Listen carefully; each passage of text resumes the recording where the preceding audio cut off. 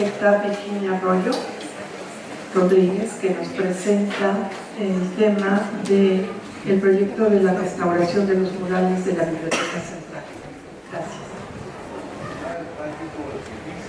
Buenas tardes, quiero agradecer a las autoridades de la UNAM haberme invitado a compartir las experiencias que tuvimos al desarrollar este proyecto de restauración en el año 2012.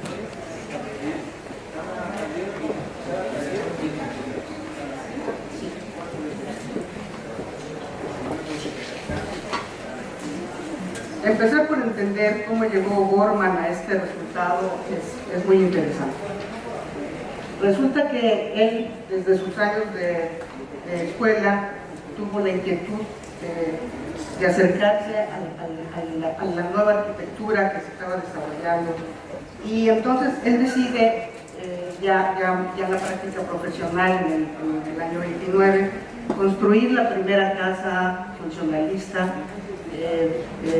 costeada por él mismo, él compró el terreno y hizo el proyecto y la cuestión, y a través de esta primera casa después construye la casa que todos conocemos de Diego y Frida, y algunas otras casas para familiares o conocidos. En sus proyectos hace adiciones a los temas funcionalistas que provienen de su conocimiento, de su vida en el campo durante sus años de infancia. Agrega a las casas un pequeño huerto, hortaliza, áreas de esparcimiento para los niños e incluso gallineros. En 1932 conoce a Narciso Bassols, entonces ministro de Educación. Él le pregunta que cómo haría escuelas para abaratar los costos, y O'Gorman le contesta que con plantas funcionalistas desde luego podrían tener un resultado muy eficiente. Es así que construye entre los años 32 y 35, en 3 años, construyen 35 escuelas, gracias a un subsidio que el ministro de Educación consigue de $1 millón, cuando por aquellos entonces eso era lo que costaba una sola escuela. O'Gorman desarrolla una vida paralela con la pintura. Desde niño se le desarrolla esta afición. Su padre y su abuela materna lo alientan a mantener esta disciplina, y hace una carrera profesional en el tema, dedicando muchos años de su vida a la pintura caballete. Y en 1924 tiene la oportunidad de participar también en la pintura mural, siguiendo los lineamientos claros del muralismo de la época. Aquí algunos de sus murales. Curiosamente, en las lecturas empezó pintando cantinas y terminó con aeropuertos. En 1945, al hacer, junto con Diego Rivera, en Aguacali, se empieza a concretar esta idea que ambos tenían de poder hacer murales que pudieran durar a la intemperie, usando materiales pétreos de colores firmes y que pudieran perdurar en el tiempo. En el año 48, O'Gorman gana el proyecto para diseñar y construir la Biblioteca Central, honor que comparte con el segundo y tercer lugar del concurso. Las normas de conservación de los acervos conducían a espacios cerrados, sin ventilación ni iluminación naturales. A la izquierda vemos la biblioteca de la Universidad de Caracas, que ya presentaba en el otro, también está declarada Patrimonio Mundial en el año 2000. y pues esto hubiera sido nuestra biblioteca si no hubiéramos tenido un hogar, un O'Gorman nosotros.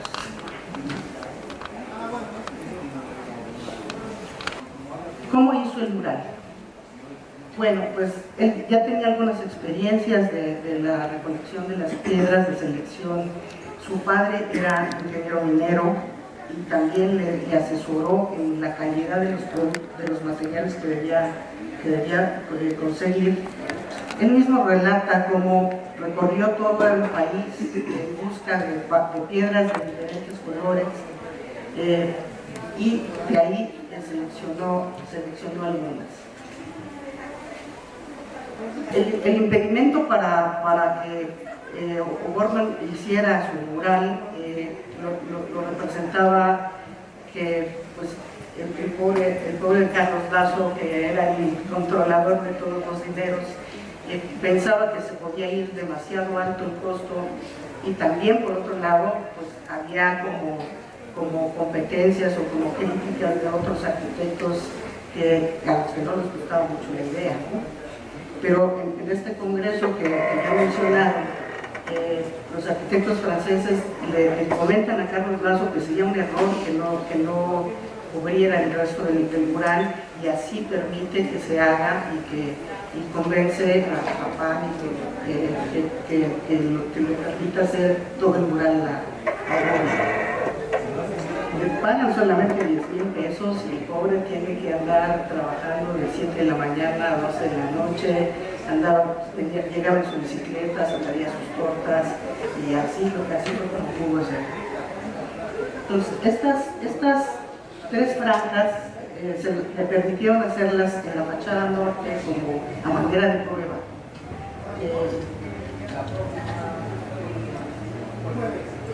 Con su maqueta como única herramienta, él se da la tarea entonces de buscar sus piedras, define esta paleta de colores. Son 12 variedades de piedra, la mayoría tienen características muy buenas, son piedras muy compactas, muy duras, muy densas, que tienen una pobre capacidad de captación de agua, pero en el caso del azul no encuentra una piedra que pudiera tomarlo, entonces selecciona vidrio tipo bizantino con 2 variedades, una un poco más clara y una más oscura, para complementar su paleta. Y una vez que tiene esta paleta, traslada su boceto silueteado a color. Y aquí tenemos entonces la fachada sur, la fachada norte, y empieza un proceso de sistematización del trabajo. Él, como tenía oficio tanto en el tema de la arquitectura como en el tema del mural, genera una retícula de 1 metro por 1 metro para que cada una de las piezas tenga esta dimensión. Luego invita a un grupo de amigos pintores a trasladar del pequeño dibujo a la escala 1:1, y aquí vemos cómo se iba haciendo la tarea, ¿no? Este es el papel, tenía como una especie de gran respirador, y aquí van silueteando los elementos, y aquí al centro dice el color de piedra que debía colocarse en este segmento.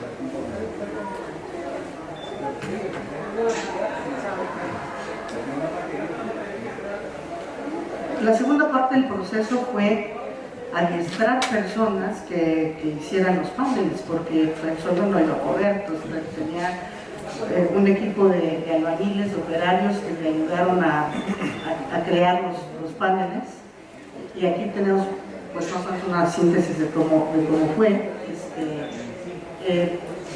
Había un equipo de personas que estaban fragmentando las piedras en segmentos útiles. A otras personas les mostró cómo fabricar el panel, y la manera era un poco así.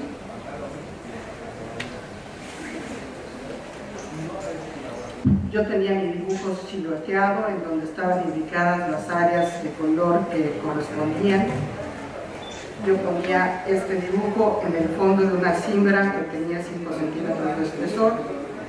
colocaba mis piedritas en las áreas definidas.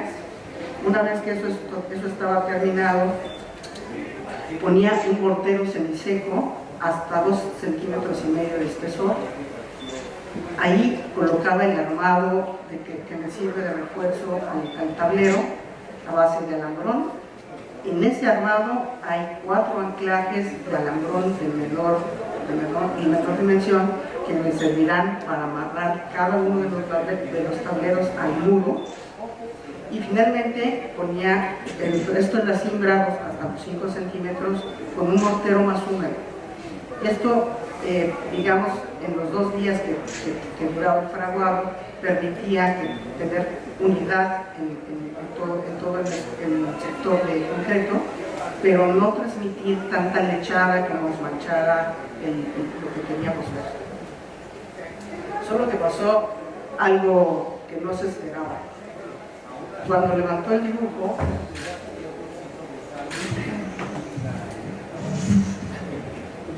encontró esto. Todo el dibujo estaba al revés. Pero pues la genialidad de O'Gorman, su orgullo,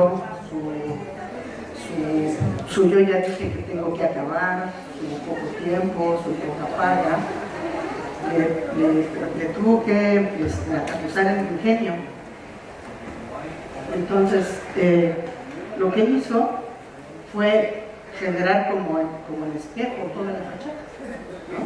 Entonces, este es el boceto coloreado y esta ya es una fotografía de cómo quedó el mural. Si nos damos cuenta, esta calaverita que está aquí, la encontramos acá. Este Dios que está aquí, lo encontramos acá. O sea, en realidad lo resolvió de una manera genial como él era. Y bueno, pues aquí tenemos otros ejemplos. En esta parte tenemos bocetos de secciones que hizo como más a detalle para pues ir ampliando, ¿no? Porque lo que teníamos era un dibujo muy básico, digamos, ¿no? Entonces, las secciones las fue ampliando en las áreas que más me interesaba tener detalle. Y aquí la pasa al color y esta es la fotografía de cómo está. Lógicamente, en algún momento, que probablemente es este texto que está en las hiladas bajas de la fachada sur y que está así puesto. Seguramente se dio cuenta y entonces de este punto hacia arriba corrigió los textos.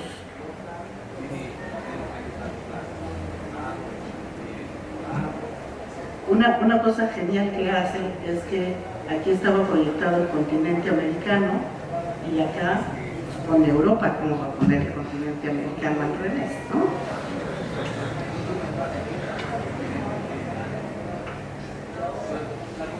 ¿Cómo se colocó el mural? Para el año 51 tenemos esta foto en donde vemos completamente terminada la edificación. Sin embargo, si ven en esta franja, hay un cambio de tono que se ve aquí también.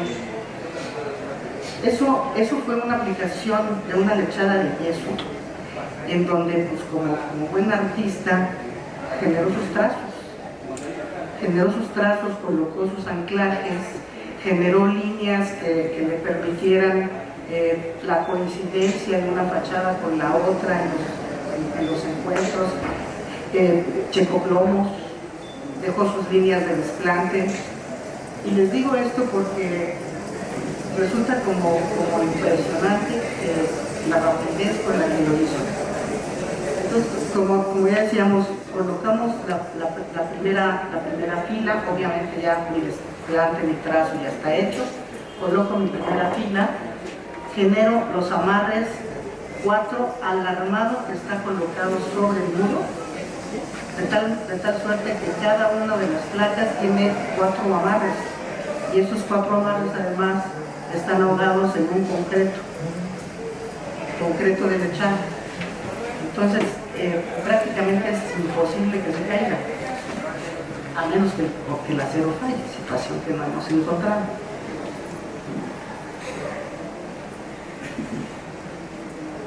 Aquí algunas fotos del proceso de colocación. Vemos que el andamio pues era una hamaca, el proceso de izaje a mano. Y otra cosa genial que hizo es, pues ya puse mi mural en tableros de 1 metro por 1 metro, pero genero una cenefa de cierre que al mismo tiempo que me toma algún posible cambiecito, también me sirve como elemento de enmarcamiento visual y de amarre estructural. Entonces, aquí te vuelven a conjuntar el tema arquitecto muralista con maestría en ambas situaciones. Esta es una fachada donde ya básicamente es la suya, ya prácticamente terminada. Y esto verdaderamente me impactó cuando lo descubrí. Estamos en octubre de 1952, la foto de Ica está fechada. Ica hizo un seguimiento muy puntual de toda la construcción de Ciudad Universitaria y puede ser un muy buen elemento de búsqueda para cosas como estas. Y resulta que aquí Fachada Sur tiene aproximadamente 2 o 3 niveles de avance en la colocación. Y esta otra foto, fechada el 14 de noviembre del mismo año, poquito más de un mes de diferencia, ya está terminada.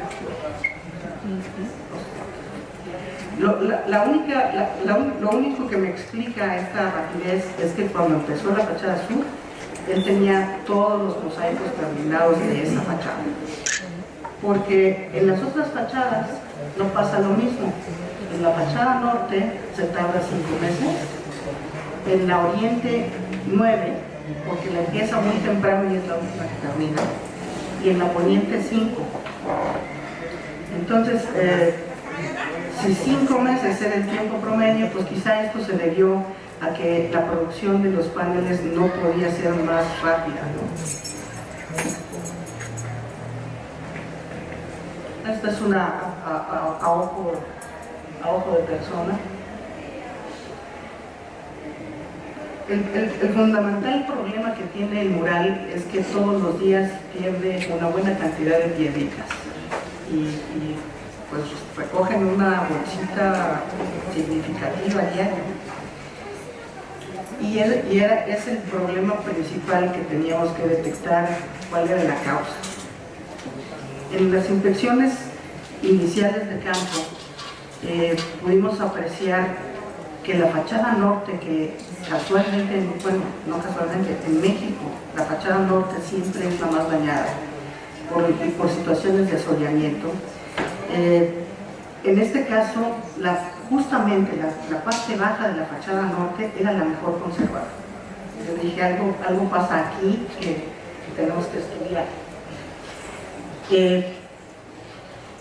Se veían muchas piedras en la recolecta, muchas piedras de un tono verde claro, en un lado un pegamento epóxico con restos de arenita.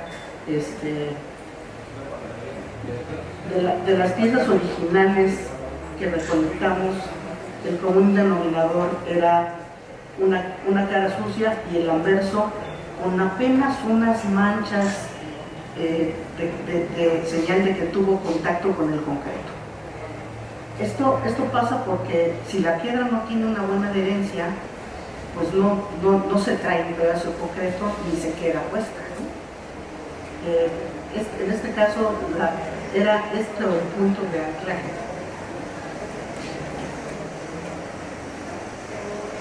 Entonces pues, tuvimos que hacer diagnósticos a rapel, nos equipamos con cámaras GoPro, bajamos y estuvimos haciendo diagnóstico puntual de cada uno de los deterioros encontrados. Con esta información como herramienta pues, fue muy fácil para los compañeros que nos ayudaron a plasmar los planos, los deterioros en planos, entender la problemática y poderla transmitir con toda claridad.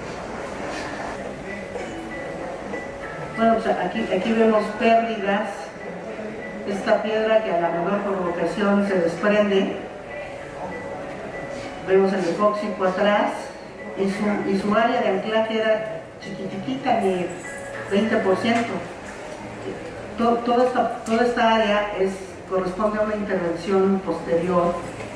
Si ven, los tamaños de las rocas son bastante más grandes en los segmentos, y el uso del epóxico pues, ya nos comprobó tener un periodo de vida muy corto. Entonces, la búsqueda con los nuevos materiales que se están proponiendo, los estamos yendo a cementicios, no a nada plástico.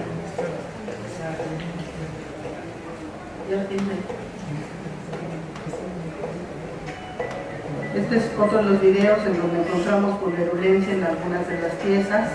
No es el caso general, salvo en esta piedra verde que es la más dañada. Ahí mostramos que se hizo una caja para poder anclar estos fragmentos tan grandes, la roca promedio y el tamaño de esta, ¿no?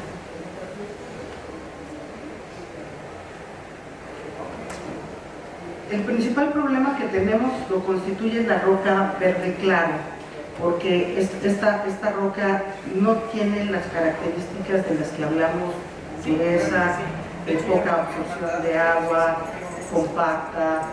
Esta es una roca sedimentaria que es vulnerable a la acción del medio ambiente, y por lo tanto, pues desde la intervención anterior ya tuvo que ser atendida.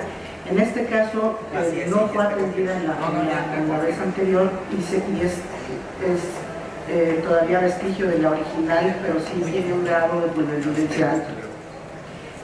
Aquí vemos la integración de la piedra verde de la segunda intervención, pero también vemos el vidrio. El vidrio que tiene una textura y color diferente, y que también está pegado con epóxico, pues, ordenado en muy poco tiempo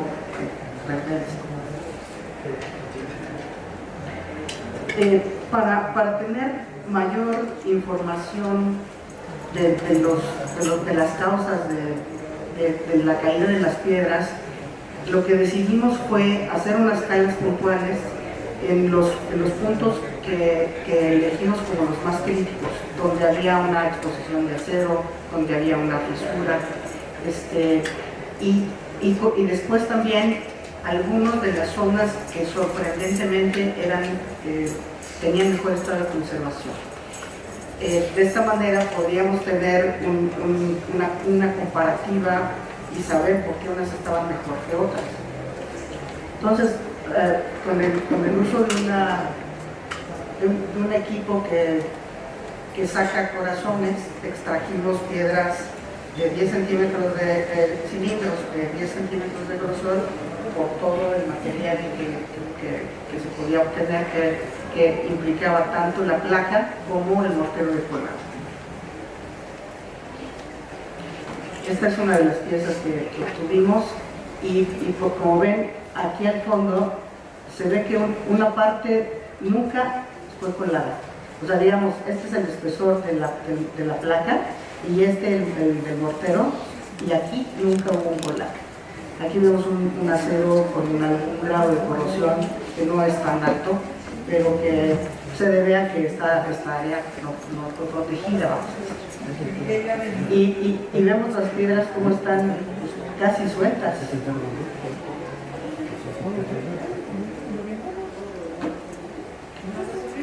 Esta es el corazón que se extrajo de las zonas bajas de la fachada norte, que nos llamaron la atención.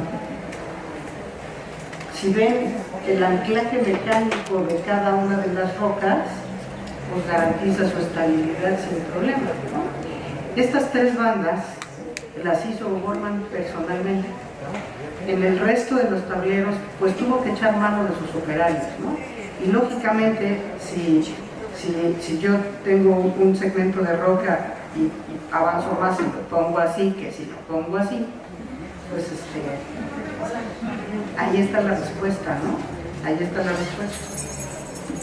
Que es el caso de la mayor parte, ¿no? Aquí están.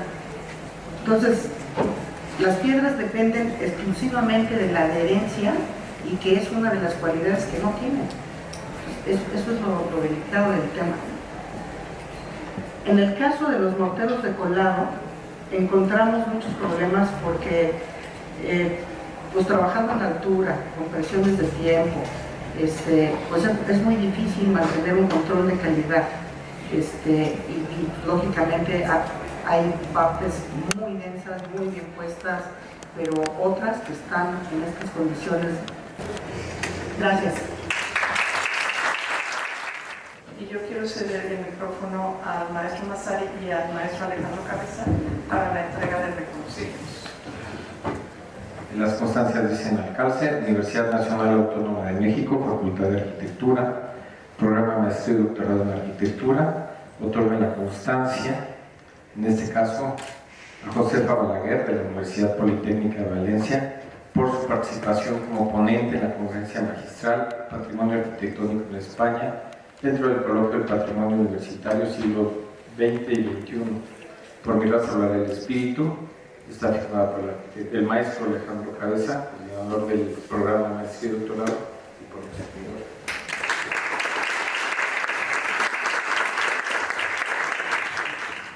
Y a la arquitecta Celia Facio, por su participación como ponente en este coloquio. Al doctor Jorge Rocha, que no está en este momento. A la doctora Mónica Cejudo, por su participación con el tema del otro patrimonio.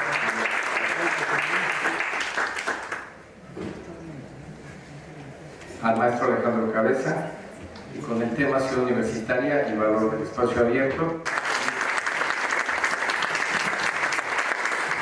Al doctor Ricardo Prado, el patrimonio artístico, la restauración del escudo monumental de la UNAM.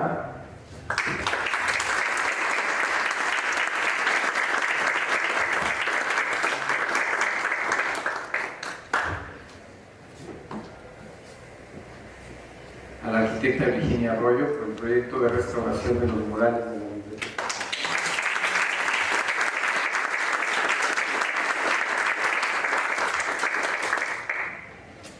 Y a la doctora Lourdes Cruz González Franco por su participación con el tema El Estadio Olímpico Universitario pasado y presente.